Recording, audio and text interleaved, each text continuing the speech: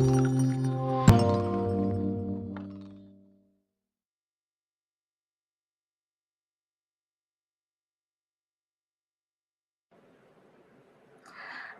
everyone, thank you so much for joining us today for our virtual alumni fair.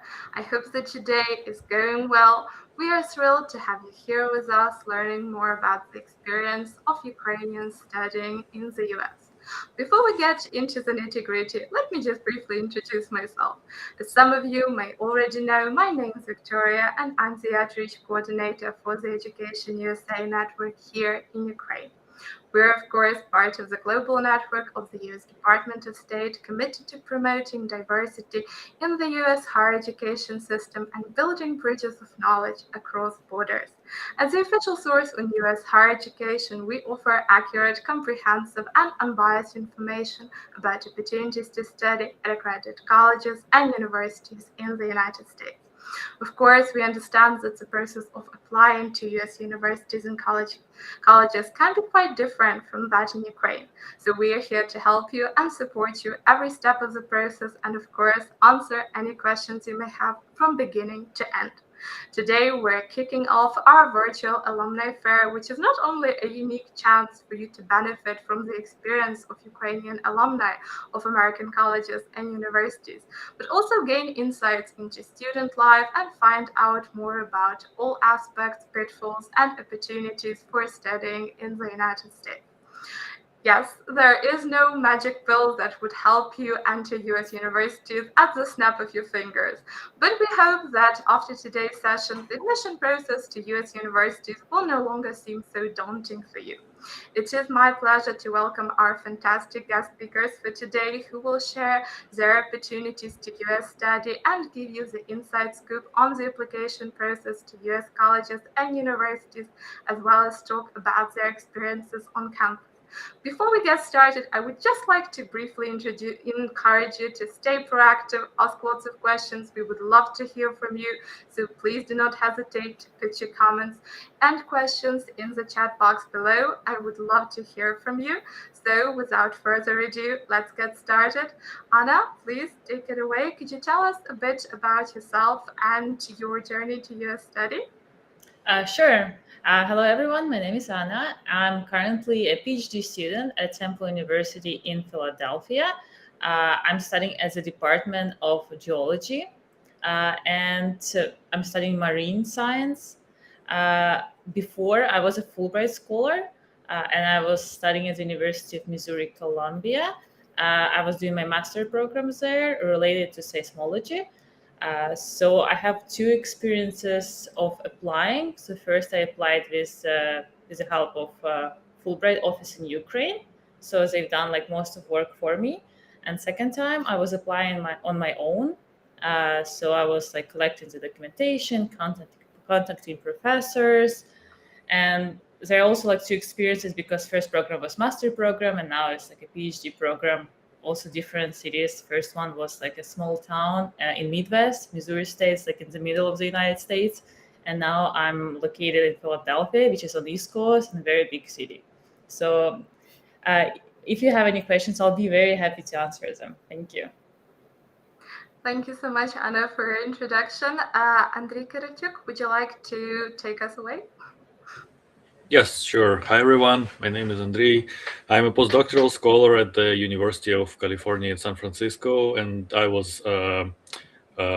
have been a researcher at the Michigan State University under a Fulbright student program a few years ago. Bit of a jump between the more or less small college town of East Lansing and like this huge, very different city of San Francisco. And I will be happy to answer your questions. Thank you so much for your introduction. Andrei Trepezinen, please, could you talk a bit about your experiences next? Sure. Thank you so much. And by the way, glad to see all of the fellow panelists and hope to see some questions from the students. Appreciate you organizing this. It's always great to share some insights and see if that can be helpful. So my name is Andrei. I had quite a journey with trying to get to the US universities. I think I was prepping for 2 years, and I probably got admitted to 27 universities when I was applying.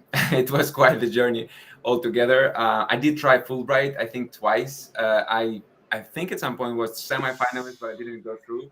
And eventually I just went on my own, but Education USA was actually super helpful with guidance, lectures, the advisor, and then eventually ended up securing the scholarship, getting to University of Arkansas to study Masters of Laws program, specialized in agriculture and food law, and utilize Opportunity Funds program as well to help me get there.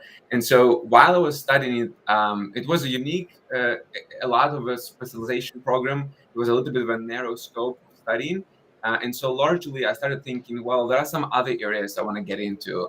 Always was passionate about business law. And then I learned, well, this is the compliance side of the things. I want to know about business. And that's how I decided to take 2 steps back, in order hopefully to take 10 more later. And I got into studying again.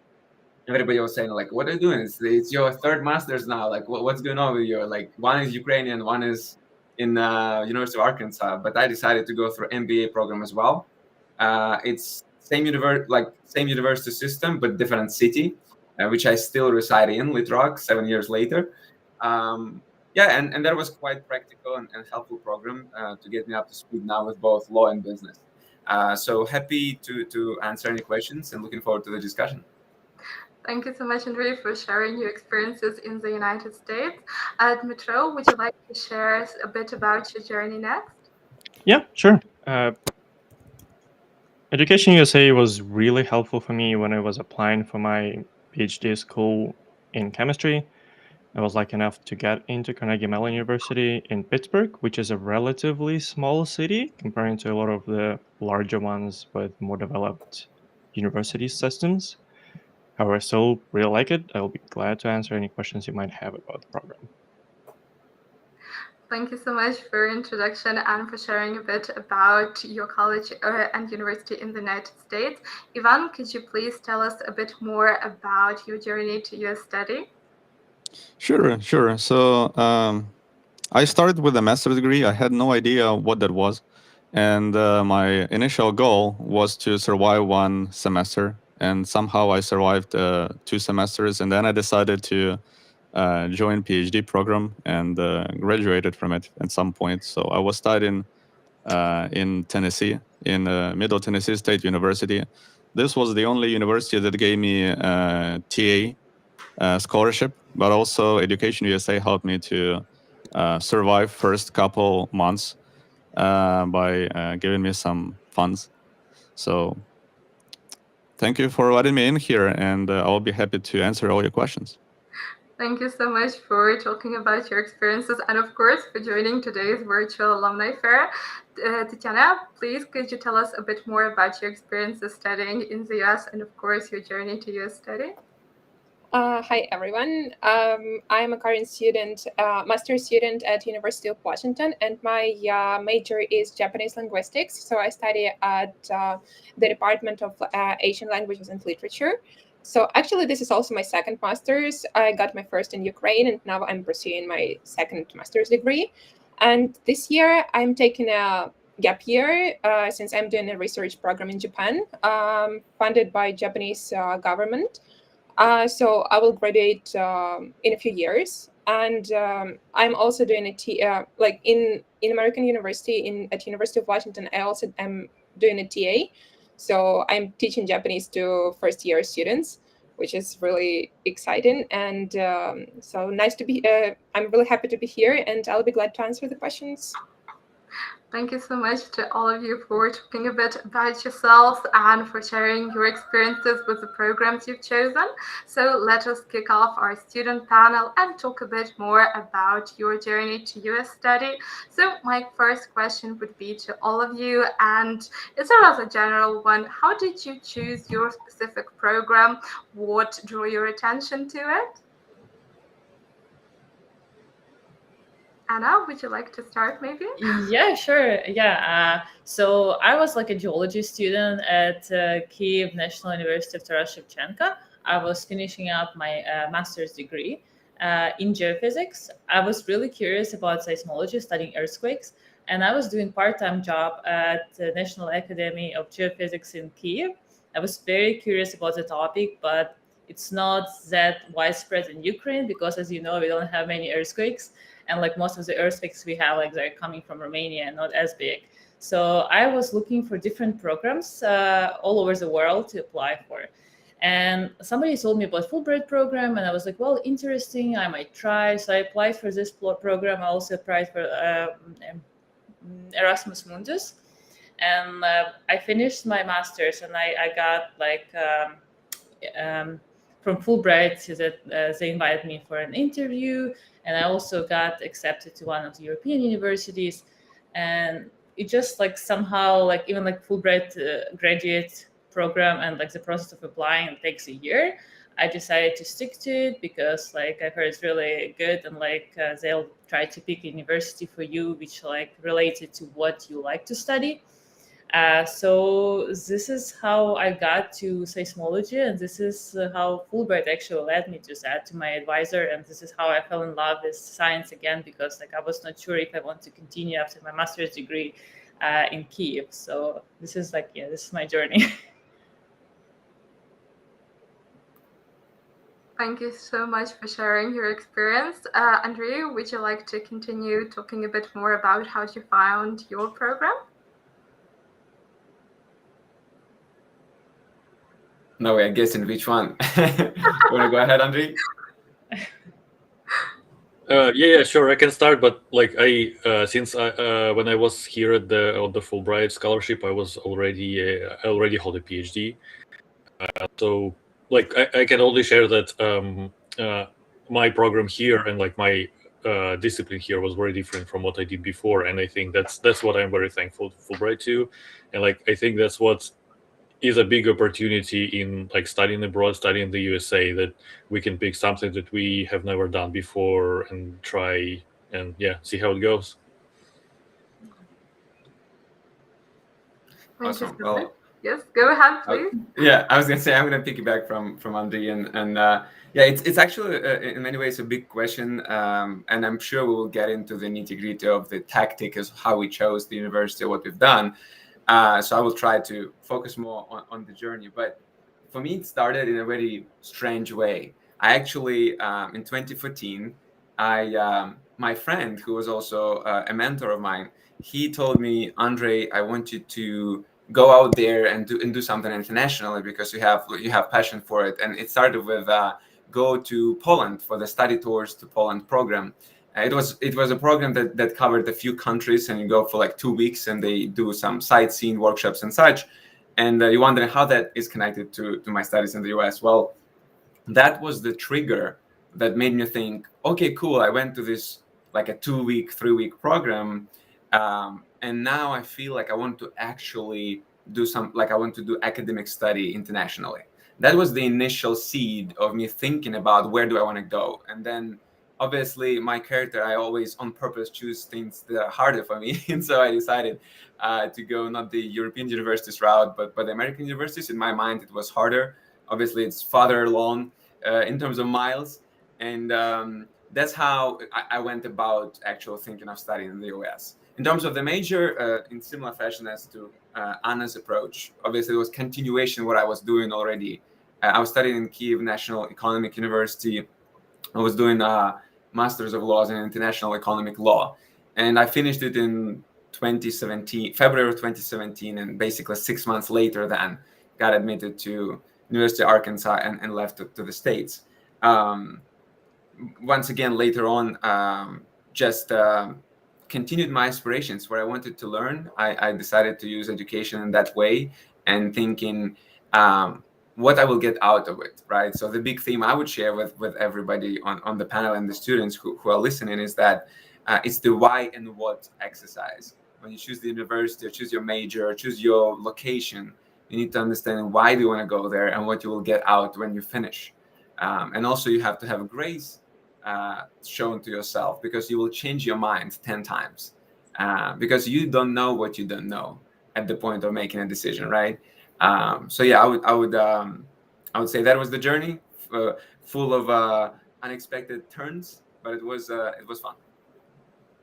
Thank you so much for sharing your experience. So, Dmitro, my question to you would be, once again, how did you choose your particular program and university? And of course, was it hard to get in?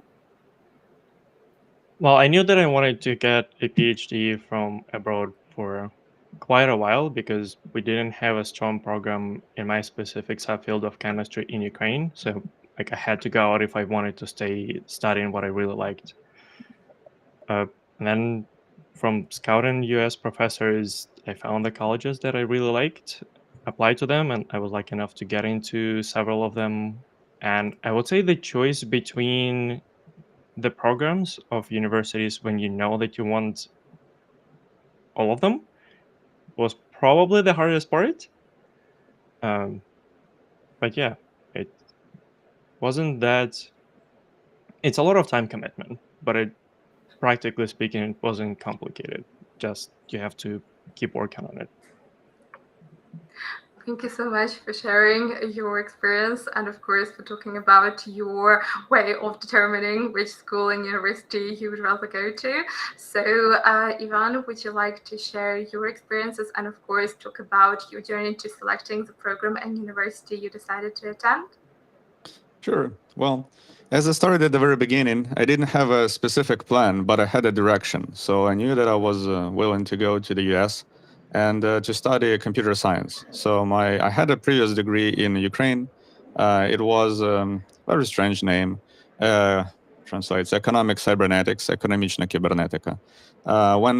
When I was applying, they promised me that we'll have a lot of programming, but we had a lot of math instead. Unfortunately, or fortunately, I do not know. But I decided to fix this gap, and when I was preparing for the U.S. Admissions, I was working at bank, and I was studying. We had a day and night shift, and I studied for all these exams: TOEFL, GRE, and I applied for 5 universities.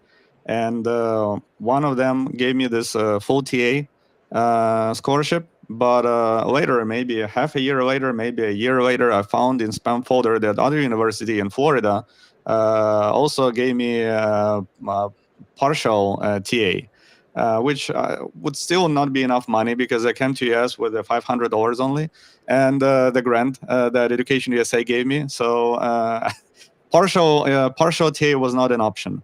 But yeah, so I didn't pick specific university. I was applying for several of them, like 5 of them or so, maybe 6, I don't know.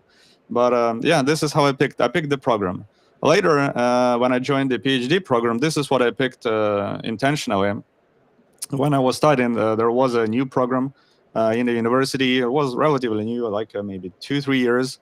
And I was very excited that because it was computer science and a bit of math, which I had some experience with back in time, and also some sciences. And I decided to join it. And now the name is Computational and Data Sciences. And once I graduated from there, I started working as a data scientist. So it was a very smooth transition, basically, turned my life into. So this math helped me, actually. But computer science too, so it was not in vain. But yeah, that's it for me. That's quite a success story. Thank you so much for sharing. And Tanya, could you tell us a bit more about how you chose your particular program and, of course, the role that EducationUSA and the Competitive College Club program played in your decision? Yes, of course. Probably I have the most recent story because my story started in 2020 with COVID. Because my original plan was to study. So I was studying Japanese philology at Taras Shevchenko National University. And my original plan was to go to Japan, like for exchange year after my 3rd year of study. But because of COVID, my program and scholarship got canceled. So I started to look for some other chances and opportunities, and I found the information about Competitive College Club in September 2020. So I decided to apply. I've never, I had a dream about the US when I was a child, but it seemed like to be too impossible for me.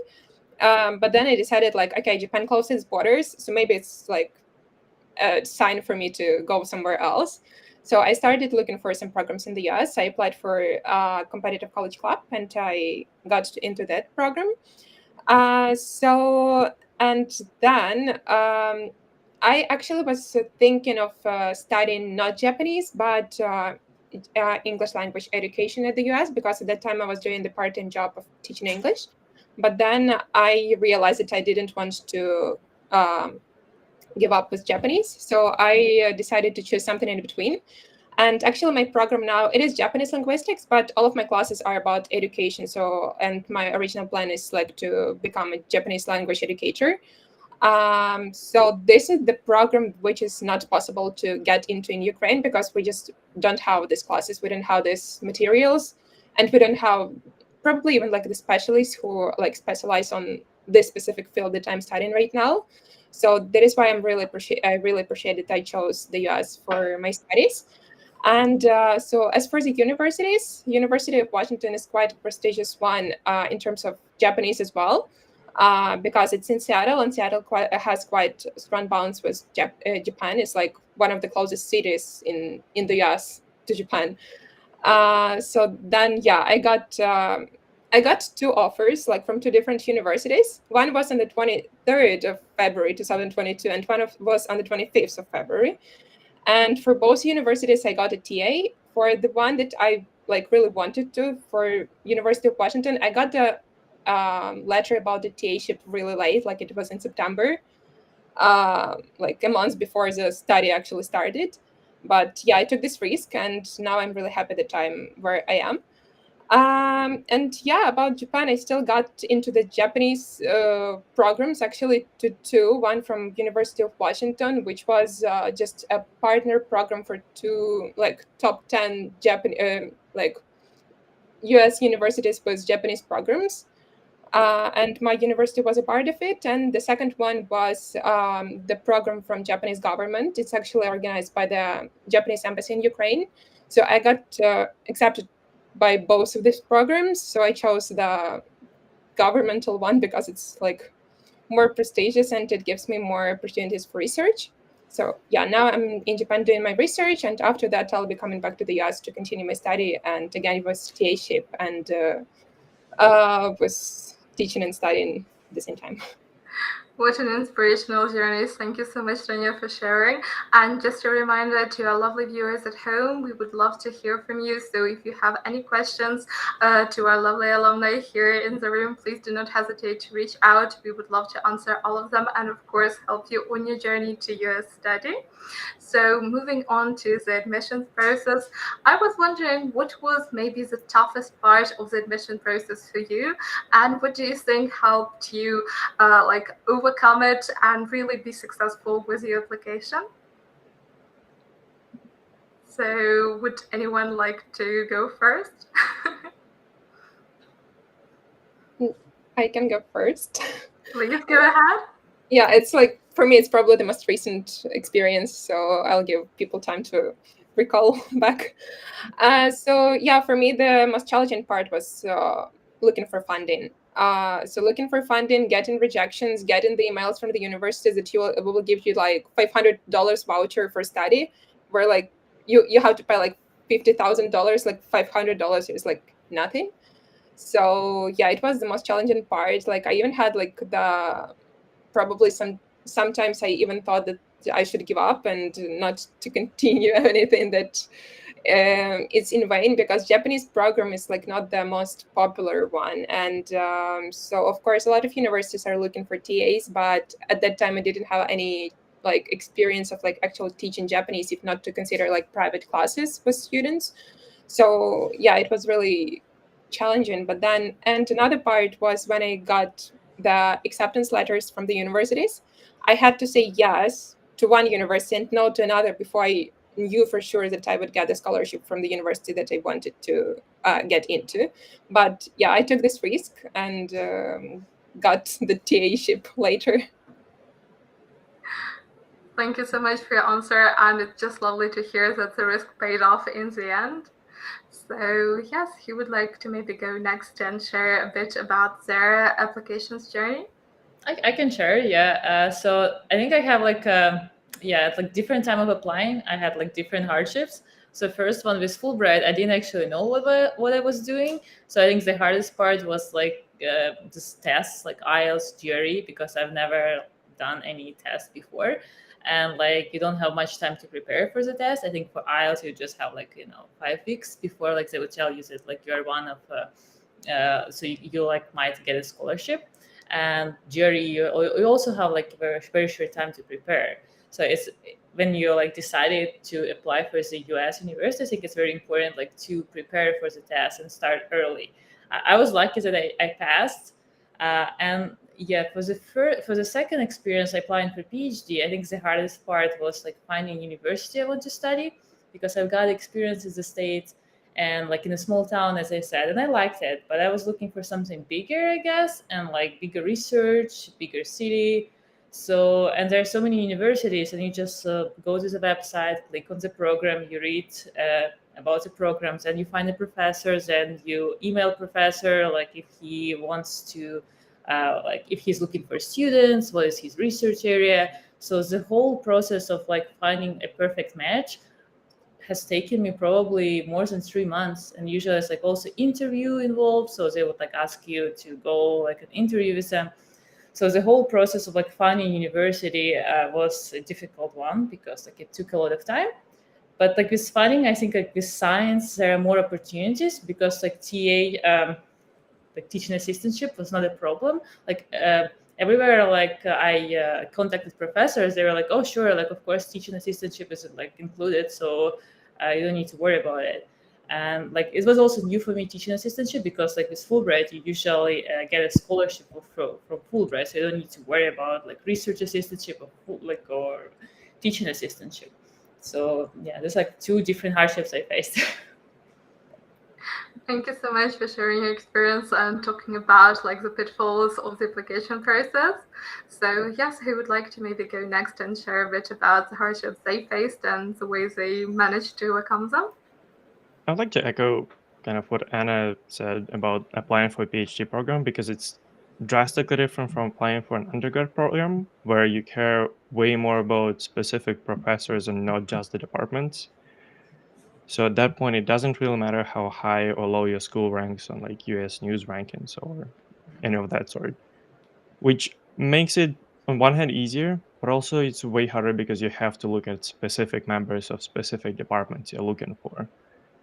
And you never know until you ask if those professors that you like to work with are planning to take students that year or not. Because usually departments they will take students, but then professors have to pick students from whatever their department accepted. And if your professor is not looking to get students, then it's kind of pointless to apply to that school. So figuring all of that out was a giant undertaking. And navigating the websites on a lot of the departments is not the most straightforward task, because some of them are insanely boring to a point where you cannot find things, and there are things on the other side of the spectrum where they're insanely old where you cannot find things. So yeah, navigating those problems was probably the hardest point. With PhD programs in sciences, usually it's less of an issue with funding, because you are expected to be a TA. That's how departments have their lab courses. They don't have specific people that they hire just for TA. They use grad students. And the same is true for basically all of their classes. So luckily funding was not a problem in my discipline. Thank you so much, Mateo, for sharing your experiences and, of course, talking about the hardships when it came to navigating like university websites and how you overcame that. So yes, he would like to go next and talk a bit about their experiences, maybe experiences communicating with professors and reaching out to them. I would like to add. Oh, no, go ahead. Okay, yeah. So I would like to add to the problem with the professors also. I tried several professors, and you never know who is willing to do research and with you or not with you or in general. And one of the professors I found was We became very good friends, by the way, in chemistry department. But in chemistry department, professor was doing programming. So while you think that all people, if you want to do some programming research, you have to go to computer science, not always. Sometimes math, engineering, and chemistry specifically, and biology are good sources. And on the other hand, in computer science, we had two professors that were working on a biology, specifically computational biology, but still more biology. And even me, I was working with a professor from computer science, but I was working, my research was in, I don't know, molecular dynamics, which is not computational chemistry, not computational physics, but somewhere there. But so it was very tricky to find a professor. But I agree that you have to find the professor first, and other things they don't matter. If you found the professor, you will get a TA, research assistants, or grants, and they will take care of you. Thank you so much for sharing your experiences. Andrei, you wanted to share about your hardships and how you overcame them, please? Sure. It's interesting because a lot of what I hear is so reminiscent of what I was dealing. So some of the problems are definitely universal, but also it's true that they differ at different points, right? For me, for example, initially, when I was applying for LLM, my initial study, obviously when I did second time with MBA, I knew a lot. I learned the process. I was more strategic. Although I had limited time, but I was more like I played smarter game, let's just say. And in general, the whole 2-3 years of applying and studying taught me a lot. But I will try to give different areas attention. So funding, for example, obviously I also was looking for the school that will provide me with full scholarship and potentially the GA, right? Like a form of graduate assistantship, whatever that is.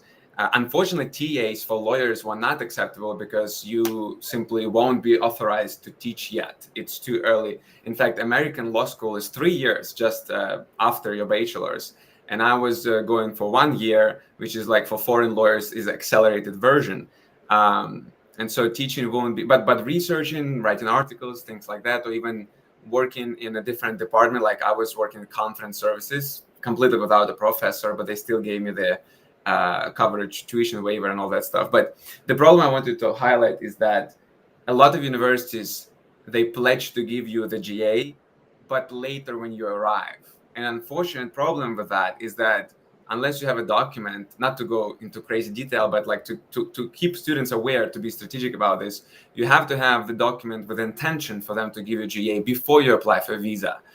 Because the problem is, you have to not only show that you can pay for the tuition and fees, you have to show you can sustain yourself for the estimated food and accommodation expenses, right? And books and all other things. And the problem is what they do is, let's say, you might be like a lot of us here, surviving students, you don't care about spending too much money. You might say, get away with $8,000 per 9 months. Really small budget for a smaller city, but they will put that your estimated budget is 15,000. Because they don't know what's your lifestyle. They want to give it a little bit of a space to be more secure from legal standpoint. And so unfortunately, that the part that also was hard for me, because a lot of I get 98% scholarships from a lot of universities, so I just have to pay 2,000 or 5,000. But because I don't have another proof of 15,000 for the estimated living expenses, I can't commit myself to it.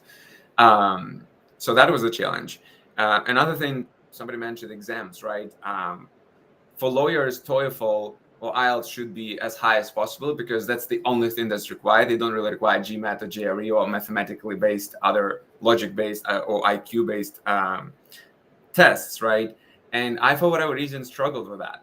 I had a decent upper intermediate English level, but many people say winning on the exam is about knowing the exam, not about knowing English. And at the time, I tried 2 or 3 times and I couldn't get to 100 in TOEFL. I was like, oh no, I won't be admitted. But by the way, kudos to EducationUSA, specifically Tatiana Kotkoa. I'm not sure if she's still there. A lovely lady who advised me. She said, you know what, why don't you try, no matter what, that if you don't meet the requirement of TOEFL, why don't you keep going and do it? Why don't you try even without Fulbright or without anything, just go for it. And that worked. I did find universities who cared less about that requirement. They looked at the complex application, your good essay, your diploma from Ukrainian university, your grades. And in aggregate, it all worked out.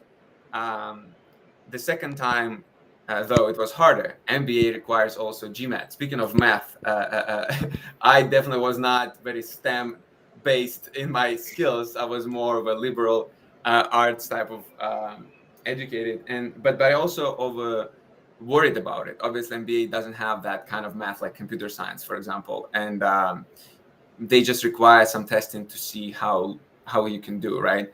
But guess what? I didn't take the test. I decided to go route of trying to have a waiver. I waived it because I said, hey, I already studied in the US for a year. I have my TOEFL, I have a diploma. Why do you need to test my academic level if you know that I can handle it? And so that I basically negotiated. One big thing I want to tell students, again, another big tip is you can negotiate things. You can negotiate with a professor, you can negotiate for a scholarship, you can negotiate for waivers or even things like deposit waivers, right? So it's a matter of communications and being kind and professional and saying, hey, this is where I am, try to meet me where I am. And they might help you. So anyways, to wrap this up, funding was challenging, navigating some visa requirements was as well, exams too, and just the fact that it was such a giant undertaking indeed, that sometimes you don't think about a lot of other things. Like I didn't have time and capacity to think about internships at the time. I was like, whatever, we'll deal with it later. I don't have mental or physical capacity to deal with that. I'm just gonna find a decent university, decent pool of professors, and the program that I probably won't hate. That was my kind of baseline approach. Happy to share more as we go with the discussion later. Thank you so much for some great tips and pieces of advice. And I feel like we say this basically in every session, but just to reiterate, communication is key. So talking to your professors, requesting additional assistance, or just reiterating your situation and seeing if they could meet you halfway is really key when it comes to the application process. So Andrew, would you like to add something from your experience? Yes, I would like to also double down on what Andrei said before about that, like the key to the success on the exams is to study the way the exam is prepared. So that's how I studied for TOEFL. And I guess for many exams it's also the same. Like when you take, especially for these like popular ones, if you take the books, they organize in the same way that the exam was organized. And I even got the same text that I saw in one of the textbooks at the actual exam. So that was a big help. Although I was decently prepared before, I guess, but if I just like immediately someone would say me like just pass the test, I won't, I guess. So that would be the first thing. And I also wanted to say that I think that the most difficult thing for me was was the interview at the Fulbright office, because it's like when there are like about like half a dozen people judging you, it's a bit stressful. And also there was no resources to prepare for the interview. So for anyone who is planning to apply for Fulbright scholarship, I would recommend to maybe connect to Fulbright alumni and discuss how it all goes, because it's very scarce in the internet or whatever to find something about how this process actually happens. Thank you so much for some great pieces of advice. And just to talk a bit about the opportunities that our current listeners and prospective students have. Once again, if you're interested in applying to the US, or you maybe have a program in mind but you're not sure how to start, please don't hesitate to reach out to our lovely advisors and get a full range of assistance, help, resources, and materials that will help you on your journey to US study. And just to double down on the question of standardized tests, we also run a specialized program, boot camps on standardized tests, which is an intensive preparatory program completely free of charge for students that gets a chance to connect with testing center representatives and really get an inside look into what the tests are really like, and some helpful tips and advice on how to approach questions, what are some of the best strategies, and of course get preparatory materials and mock tests completely free of charge. So if you're interested, please do not hesitate to reach out. We're here here to help you and assist you always. So moving on to academic life, I was wondering, what was your academic life at university like? What did some of your assignments and exams look like, and how did you go about preparing for them? So once again, do we have any volunteers? Oh, I can volunteer. So in a master's degree, when I had a computer science, the assignments were pretty easy in terms of how it was structured. So you have a syllabus at the very beginning of the semester, which is not usually the case in Ukraine. So where they tell you what do you have to do to get your A. And you just follow those directions. And usually for computer science, it's like several projects. So all you have to do is just to make it on time, and you will have a good grade, I hope. Thank you so much for sharing that, Ivan. And yes, Anna, I see you wanted to... Yeah, I just wanted to say that, like, it was first I thought it's going to be easier because, like, usually you take less classes in Ukraine. I remember my master program, we had like 10 classes or 11 classes, and when I told this to my to students I was studying with, they were shocked. They were like, how is it even possible? Because usually they have like 4 classes, or 3 classes a semester, and I was like, 3 classes is easy, like what 3 classes are? I've taken like 11. But in reality, like, you need to prepare more, so you need to study more for the class. As a good part is, like, when you're taking a class, they would explain you from the beginning, because I know, like, in my university, like, some professors, they would be like, oh, you should know that, like, from previous classes, so it's like should be easy for you. But there, like, every question is a good question. So the tip is, like, always asking questions shows you as a person who cares and who listens. And also it helps you with studying a lot. And yeah, so like the classes usually start from the very beginning, so it was easier that way. Exams, usually, like, the professor, like, would tell us, like, what to expect, so it was easy, like, quite easy to prepare for the exam. What is different, I think, it's cheating is a big deal. I know, like, one person, like, who was, like, sitting next to me, and I think she was looking somewhere, like, on the phone to check answers, and it was a big deal. It was a whole investigation about this, and she almost, like, lost her teaching assistantship, so it's kind of, like, very strict this way. Other than that, there are, like, also, like, many academic paper reading we've done. So sometimes they would say, like, oh, you need to, like, finish this book in 3 days and something like that. So it was also kind of different because usually we don't do that much academic reading. So far, yeah, this is, like, the main points I remember. Thank you so much, Anna, for sharing your experiences and for talking about academic life at your program. So yes, who would like to maybe add? Let me add a bit. Office hours. I guess office hours is the most important thing you have to learn about. So each professor has office hours. If you do not understand something, you have to go there. And there is no professor that will tell you go away. And this is what I learned very, very early. And this is what helped me a lot. Thank you so much for sharing, and that's a very important point to keep in mind. So yes, who would like to talk a bit more about their academic life and just surviving their first year at university and what helped you with that? Yes, Tanya? I can continue. So yeah, I also didn't actually have exams at master's program. So we usually had projects or like some kind of reflection essays instead of exams. Which were the thing that I really loved about all the classes I was taking is that most of these projects were actually the articles that we had to write. So like after that, you can use this article to like this research paper to submit to a journal, whatever. And if you want to do that, you can come again to office hours to your professor and tell it like, yeah, I would like to submit and publish this article. And professor would probably give you some like more feedback on the paper than they would like write like on Canvas. So yeah, this is the thing that I really love, because after 3 quarters of studying there, I already have like 3 papers, and I'm planning to publish 2 of them. So I'm just still working on them, but yeah, I'm still planning to do this. Then again, as Anna said, there was like a lot of reading. Like we are not used to that at first, but you had to read, you had to think critically, you had to take notes on what you read, and you had to ask questions.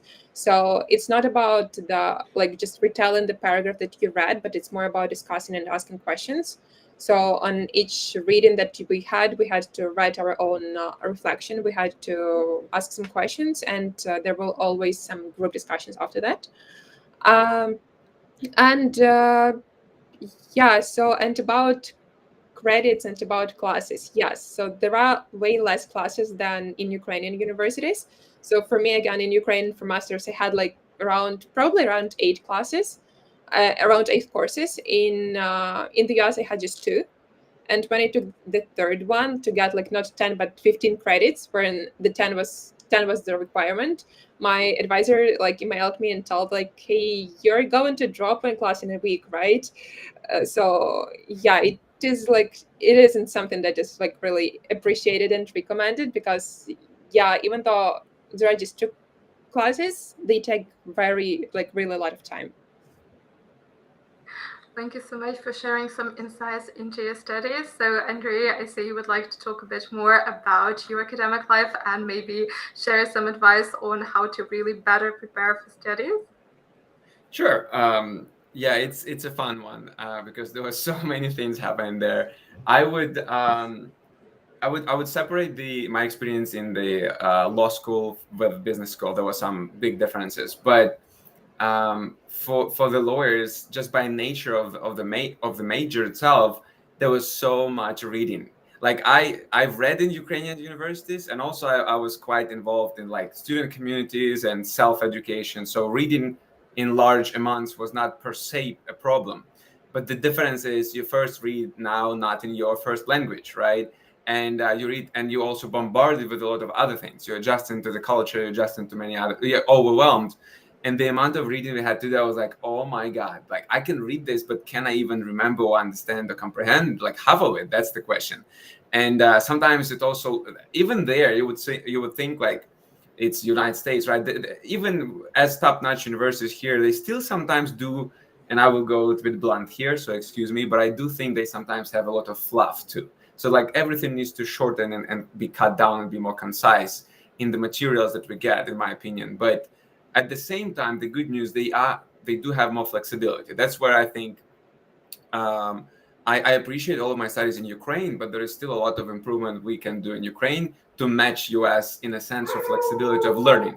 So in other words, videos, not just books or different approaches to exams, right? I had projects, group PowerPoints, presentations. I had writings like 100-page dissertations, and I had 1-page essays like cases, legal cases or business cases. So I had all sorts of versions of how one would submit an exam, verbal and in writing and all that. Now, it largely depends on the subject and the professor. So one might debate if that's a good idea to give so much power to professor to choose, but I would imagine they do have some best practices for each and given subject, right? So in other words, it was challenging, lots of reading, lots of trying to keep up, definitely studying on weekends. There is no way to avoid that. Like weekends, all of assignments you have to submit by Sunday evening, like weird deadlines and things like that. Now, MBA program was much more streamlined. And again, I was more up to speed. I was more stable. I learned things.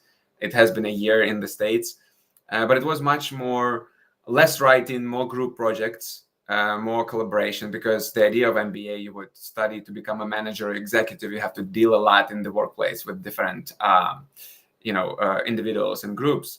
So that was the focus of the program. There was testing as well on the computer and things like that. Now, in terms of preparation, you just have to really be organized, in my opinion. Like, in other words, you have to learn how to use a modern tech like Google Calendar or task management tools like ClickUp or Asana or Monday.com, wherever you want to find it. Some of them are free, by the way, especially for students. And so being like nimble, you have to use iPad and the notebook, laptop and a phone, book in writing, book, audiobook. You have to try to be adaptable and agile with how you learn, and you have to do it fast. Learn on the go, study with other, big one is collaborate with other students, find study buddy. Don't listen. Sometimes professors don't like that. They say, oh, don't take counsel on students, especially if you're preparing for exam. Forget it. They're just trying to be, nobody will punish you for studying with a student. Yes, when you have an exam, if it's in a classroom, obviously, to Anna's point, you shouldn't cheat and all these things. But if you are studying, preparing for the exam afterwards, after the business hours, it's going to be amazing help. Because what happens, you share perspectives and ideas in an informal environment. You don't feel pressure and anxiety from professor or from somebody who is overwatching you, right? So, and quite frankly, if you will have American students, you should take advantage of that too. In other words, obviously for them, you might be on par with them on your subject, but they still will be better in English, no matter what, because they were born here, right? So getting their like subtle things here and there, getting their help is imperative. And there was one other thing I was gonna say. Well, I just will finalize again about technology. The good news, that's another thing we have to figure out in some of the Ukrainian universities, especially in law schools, since I've studied in two of them, in Cherkasy and in Kyiv. We should learn to not force students to take notes in the way professor wants. Like in America, what's great, nobody will tell you to get out of the room if you use iPad. Now, phone maybe, because they might think that you are playing on your phone, or it's disrespectful if you send messages on WhatsApp to your partner or something, right? But if it's an iPad or a laptop or whatever the technology you use, they imply that you're working, that you're Googling things, that you're trying to figure out what professor says. So, and that's something that's going to help you a lot. Once again, being agile and learning on the go, and not being scared of leveraging technology. Hopefully that's helpful. Thank you so much for such an informative answer and for sharing some great pieces of advice.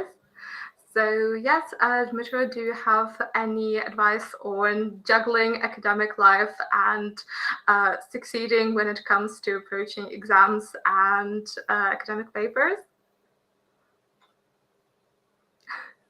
I don't think I have anything specific, because studying always was kind of the easier part for me. It's applying it in actual research that was my problematic part.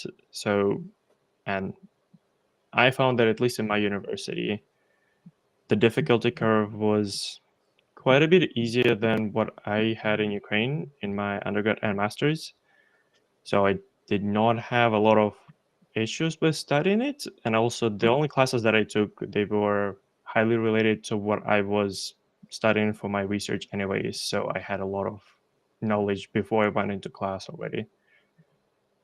And the only issue was just navigating their unusual systems. You don't have to submit paper essays anymore. It's all electronic and things of that nature. But it's not too wild, let's put it that way.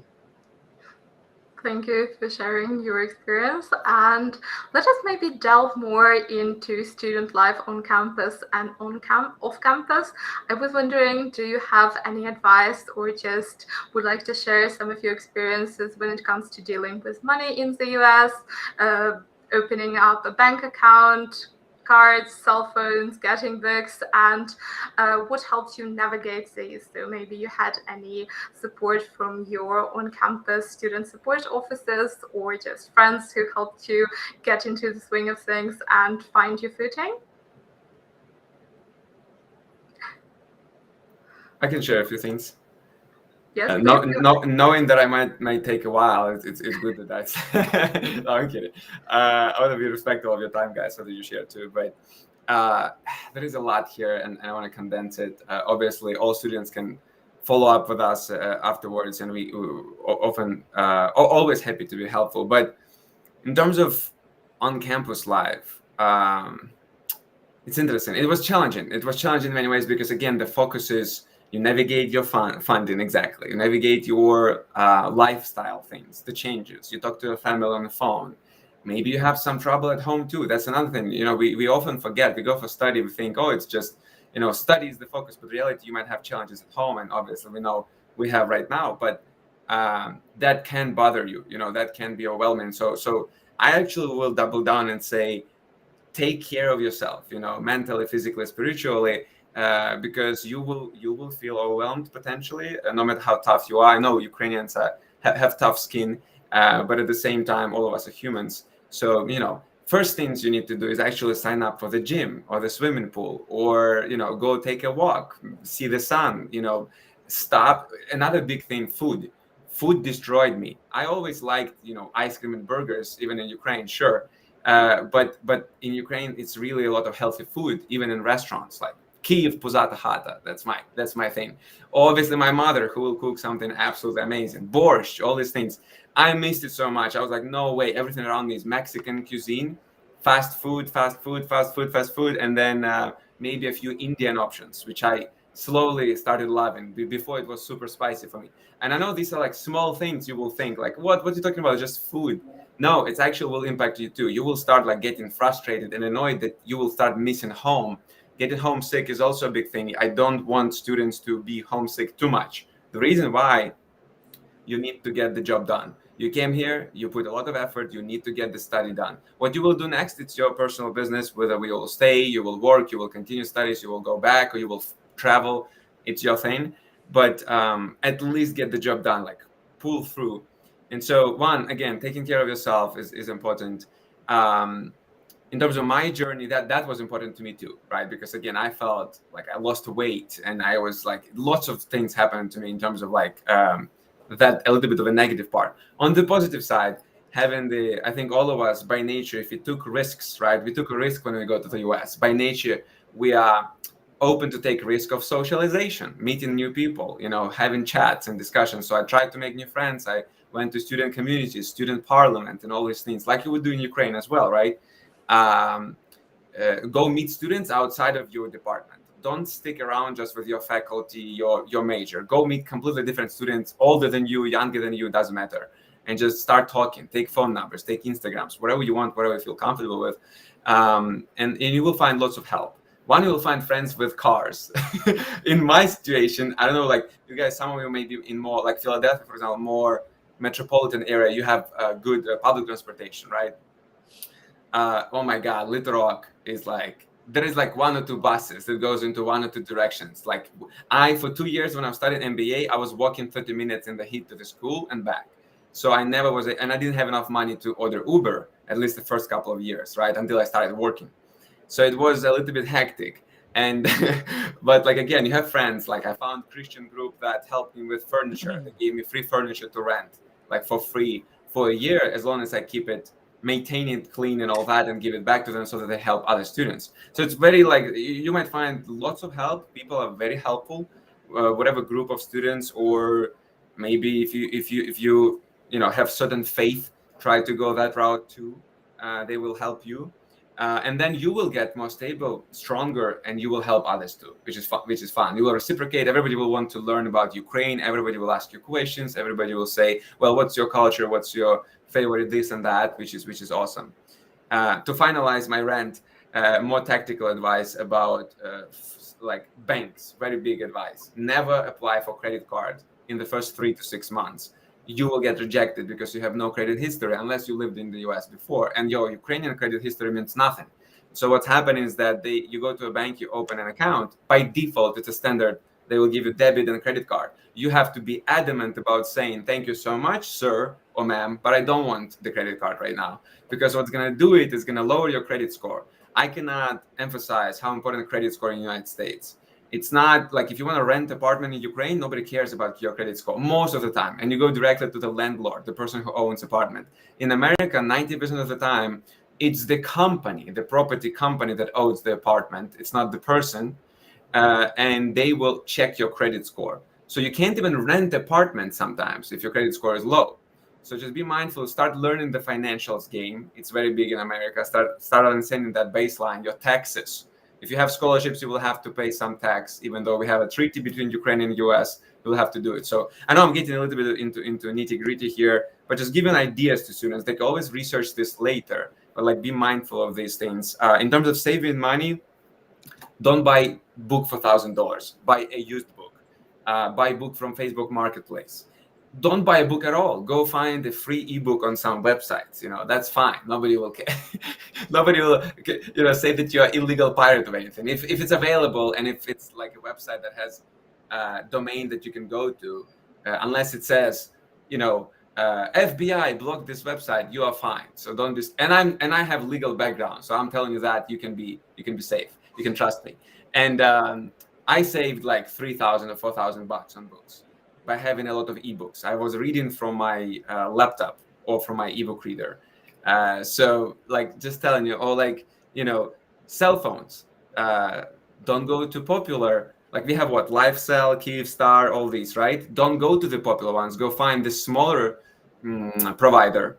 They will be more affordable. You don't need to waste your money. They use all the same towers, you know? So it's like they sell you, go to the best providers. But America is amazing at selling.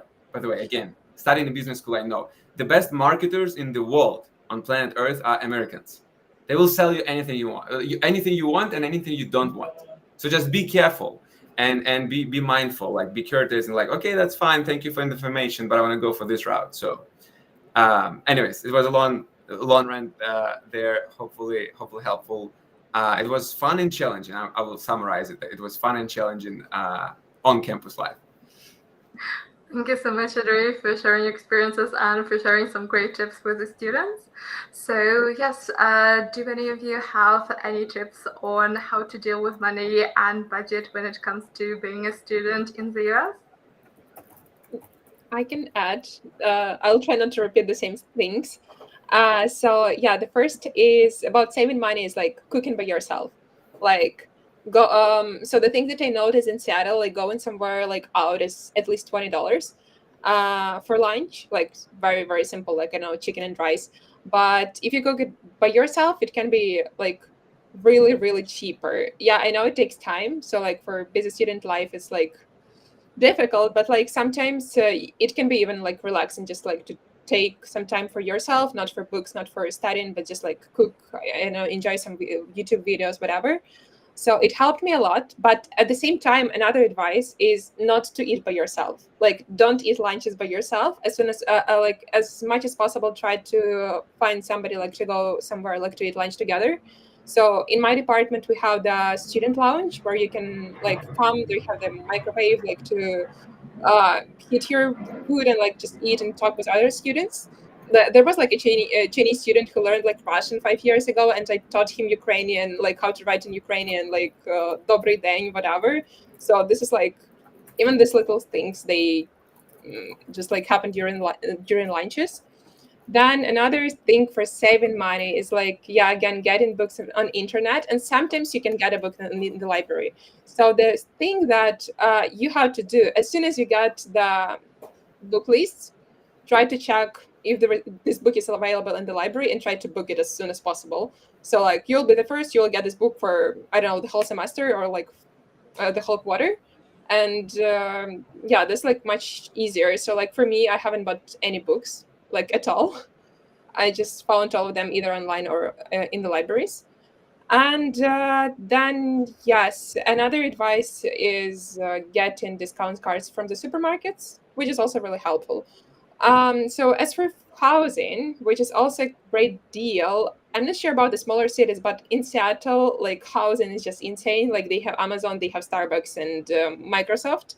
So like looking for student housing is like really difficult.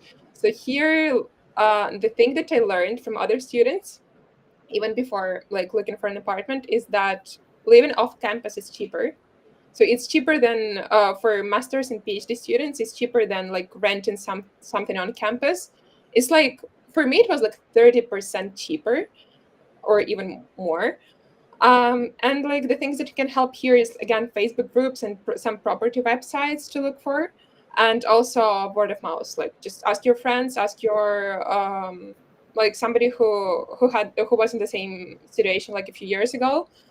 They'll probably help you and give some advice. And again, don't be afraid to email the same as like even property websites, because sometimes they don't publish like everything on their websites. I was like emailing one property website, like with property, like whose apartment I wanted to rent. And finally I got the room like next to my friend's one, just like it appeared and they emailed to me immediately.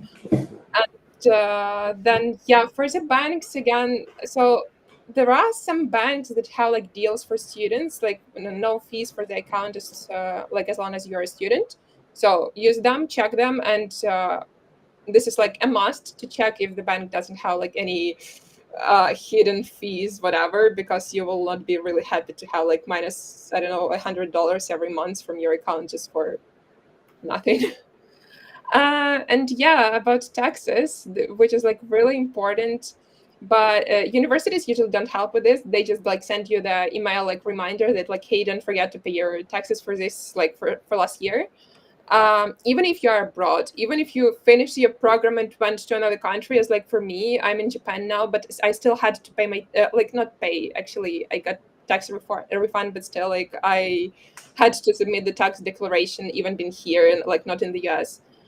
So be attentive with this, and there are a lot of like volunteering organizations who can also help with this. So don't be afraid again to ask for help, to ask questions. They usually will help. And for a little bit more for student life, student events, club organizations, like everything is for you. Even if you're a master's or PhD student and you don't have that much time and you might be like a bit like, I don't know, older than most of the clubs, you can still find something for you, like with other master's students. For me, I found a perfect thing, which was European Student Mixer, which was a gathering of like just European students once per quarter. Like this is Seattle, which is like really far from Europe. So we have like a lot of students from Asia, and they were like almost the same faces like from Europe, like every quarter. But still you can get like really good friends with these people. And another one, of course, like I don't know if it works for everybody, but for me it worked. It was the Ukrainian community in my university. When I just came here, there were like 6 students in our a club, and in order to make it like official, we needed 7. So they asked me to join, even though I was like a grade A student, was like not a lot of time to spend. So yeah, and then it turned out to be really, really nice experience. Was like a lot of events organized, and as well we cooperated with Association of Ukrainians in Washington State. So yeah, it was also a good experience, volunteering experience, and just like nice time to spend. Thank you so much, Tanya, for some fantastic life hacks and tips. It was really helpful to hear about your experiences navigating student life. Anna, I believe you wanted to add something. Do you have any advice on budgeting and just, navigating campus life and adjusting, socializing with other students? Yeah, I mean, I don't have many good advices on saving. I think I spent everything like on traveling. I visited like, 43 states, so I don't have savings, but that was worth it. I mean, I also applied, like sometimes like university has like funds for international students, like additional funds. So my scientific advisor told me that actually I need to try. I've never thought about it, but like actually there are many scholarships you can apply for, so it will help you a lot, like this additional money, because sometimes it's really tough. Also, I know like it's you can do part-time jobs, and especially during winter breaks, you can also like do part-time jobs. And like I would highly recommend to start looking for internships during the summer. It will help you a lot in the future, like for your career, and like for also like saving up something so you can have like spend later in the semester. For social life, I agree with everything that's been said. Gym is amazing. It helped me a lot, like with mental health, like finding friends. So for example, if you start climbing, you're part of a group, and usually you always have something to do on the weekend, because they would go like on trips, like you learn how to climb, you like meet people, you find friends. Also, it was very important for me to be part of international student organization, because you like meet people with the same situations. They're also not very comfortable there, so you have like many topics, and it's interesting to learn from other cultures. So this was also very nice. So like gym, international clubs are great. And yeah, like I started to look for housing earlier, because it's really hard to find housing without credit history. And Facebook helped me a lot, because like I tried different websites, it didn't work, and like I was just reaching out to other international students who were like looking for roommates, because like it's almost impossible like to do it without credit history, as I said. So international students, they're more understanding and they're willing to help because they've been there. Or like international communities as well, so they understand you. So if you are accepted to your program, start to look for housing early, as this is how you get like better deal and you find a place. Yeah. Thank you so much, Anna, for sharing some great piece of advice. And 43 states, that's really impressive. Yes, so does anyone else have any more tips you'd like to share about student life and just navigating? Yes, please, Ivan, go ahead. Yeah. So one of the biggest one is somebody already told us to find somebody with a car, because and also check the Craigslist. So, but in order to get something from Craigslist, you need a car. So you need a car anyway. I'm not sure. Maybe in the big cities, you don't need a car, but I've never been there. And so go to the Craigslist, the Facebook. Many people just give something for free. They can give you a bicycle. Once you have a bicycle, then you do not depend on a car that much, but still you depend on a car. And also at the very beginning, you need a social security to get your bank account and to get basically everything. And for some reason, social security is not near your apartment, so you have to go there on car. And taxis are very expensive. And Uber is very expensive. Everything is very expensive. But and another advice was about the campus life. So campus usually has some free food for people that need the food, and you can just go there and take what you need. So I don't think you will suffer much if you know the location. But also there are many clubs and some events that they just provide the free food. So I became a member of several math groups, and they started sending me the invites that, hey, today we have a speech from this and that. And every time you go there, they have some free pizza. And you can go to one department one day, other department other day. Everybody is happy to share the pizza. They usually order more than they need. So it's not something bad. But this helps you to not starve. But also, cooking for yourself. So noodles and chicken was the only food for at least a year. And it was very cheap. But cooking for yourself and helps you to save money. One of my mistakes was that I tried to find friends here. Well, it's not the mistake trying to find friends here. But the mistake was that I found a couple of girls, and they told me, hey, let's go and go out and go to the restaurant. And I went to the restaurant with them, and this is how I spent $50. And $50 was a lot of money for me that time. And no more restaurants for the rest of the year. But this is all I have to share. Thank you. Thank you so much for sharing. And Andrea, I saw you raise your hand. Would you like to add anything? Oh yeah. Oh boy, am I prepared. I even have some notes about it. Because I'll try to be not to take too much time though. In terms of the life on campus and like getting new friends, I would recommend to join whatever email list or Facebook groups your international student office has, because that's their job to organize events for international scholars and to bring them together. So follow whatever they do. Try to get into like student mixers, alumni mixers, talk to people there. Even in like relatively small cities, there are some like events going on. For example, in the city libraries, they usually organize stuff. So if you have any hobbies or you just want to get to know people who live there, just go there. Also, you can volunteer in different events, which is also a great way to meet people.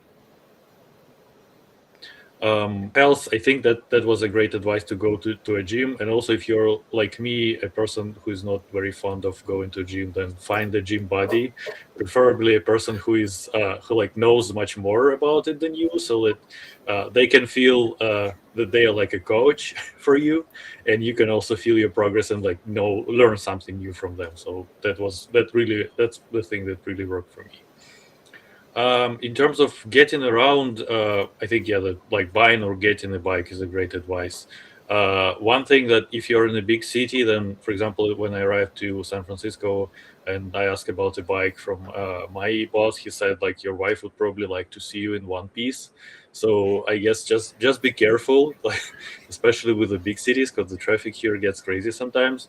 But the thing that I would like to recommend is to get a US driver license, even if you're not planning to drive much, because, like, you can rent cars. It's really useful here. Also, you can use it as your ID and do not carry, like,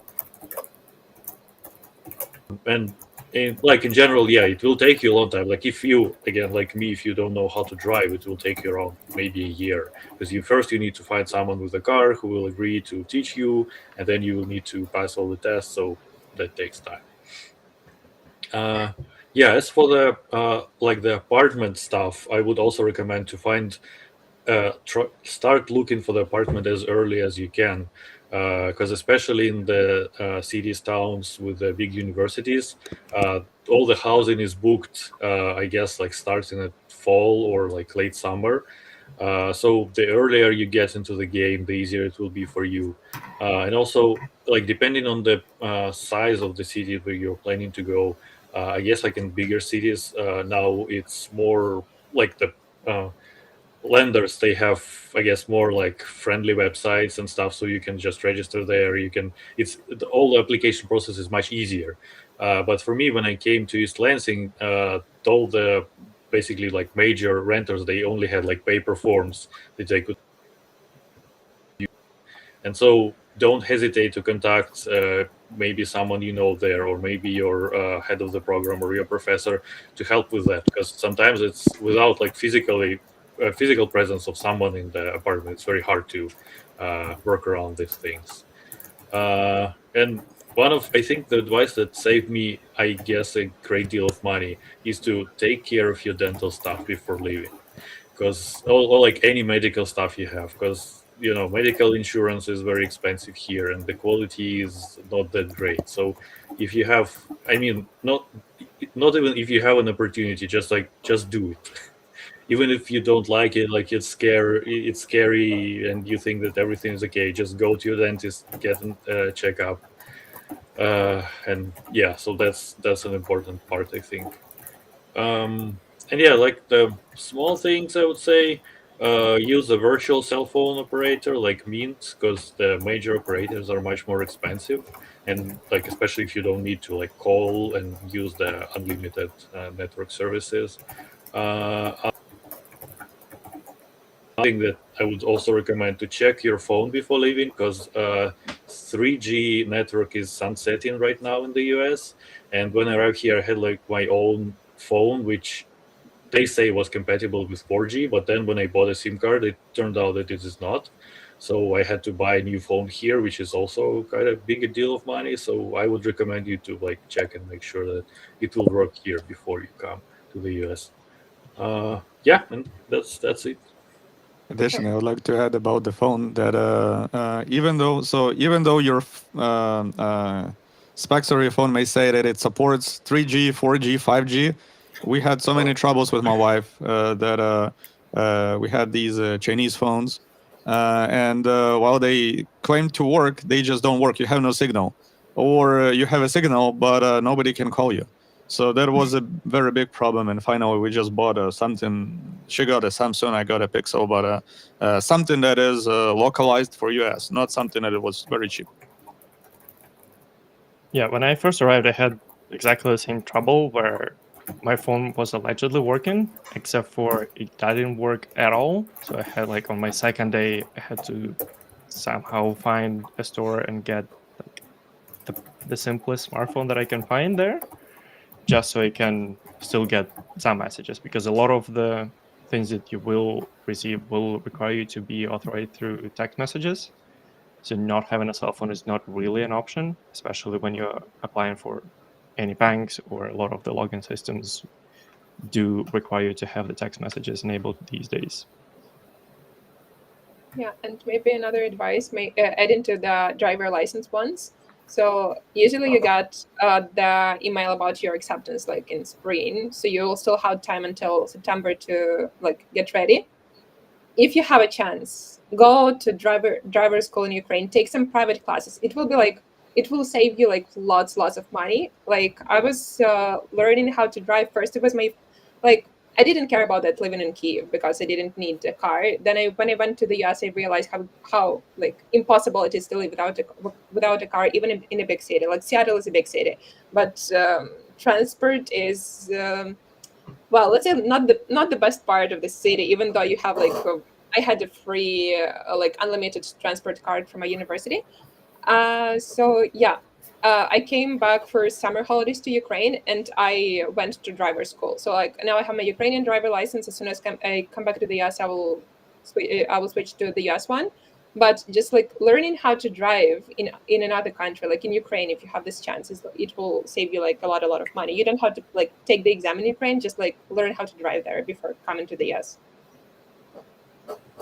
Thank you so much. I wanted to add to that if you're learning how to drive in Ukraine, don't learn on manual. I'm very angry at people who always everyone would tell me learn to drive on the manual. That will be much easier for you to drive on the automatic. But lessons and all I could see just this manual sheet. I didn't know how to drive, how to turn, and so on. So just learn with that automatic. Yeah, don't waste your time.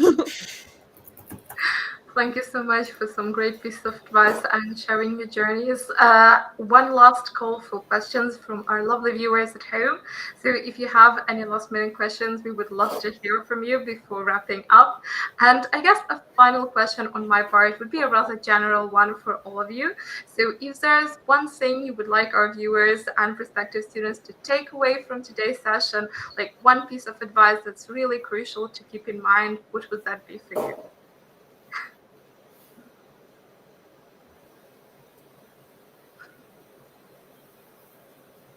Oh, let me start. I think the main thing I would advise, just don't be afraid to explore new things, to try something, because it pays out.